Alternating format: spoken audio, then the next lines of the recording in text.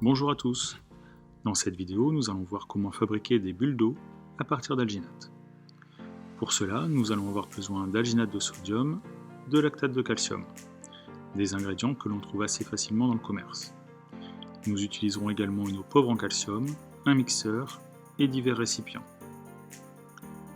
Dans un premier temps, nous allons mélanger 1,5 à 2 g d'alginate de sodium dans 500 ml d'eau.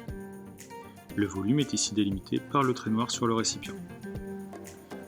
L'alginate a tendance à coller un peu et l'utilisation d'un mixeur est fortement recommandée à cette étape.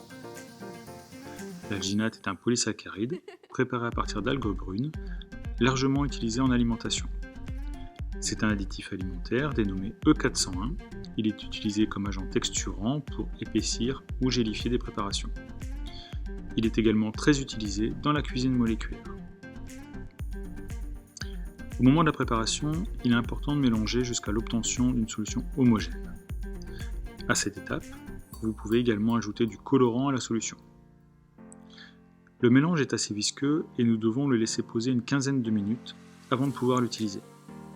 Cela permettra d'éviter la présence de trop de bulles d'air dans la préparation.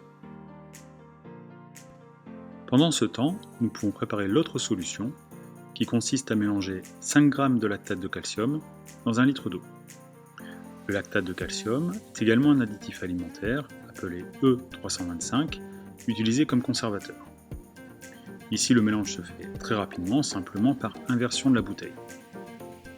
Je transfère ensuite une partie de la solution dans un récipient avec une ouverture assez large. Vous pouvez utiliser un bocal ou un saladier par exemple. À l'aide d'une cuillère profonde, vous prélevez un peu de la solution d'alginate que vous plongez délicatement dans le récipient contenant le lactate de calcium. J'utilise ici la solution colorée afin de pouvoir suivre la réaction. L'alginate est constituée de chaînes linéaires couplées à des ions sodium. Au contact de la solution de lactate de calcium, les ions sodium sont remplacés par les ions calcium. Ces derniers permettent de lier les chaînes d'alginate entre elles, formant ainsi une membrane autour de la bulle d'eau. On laisse la réaction se faire pendant approximativement 5 minutes. Les bulles ainsi formées sont ensuite récupérées, puis rincées dans un bain contenant de l'eau.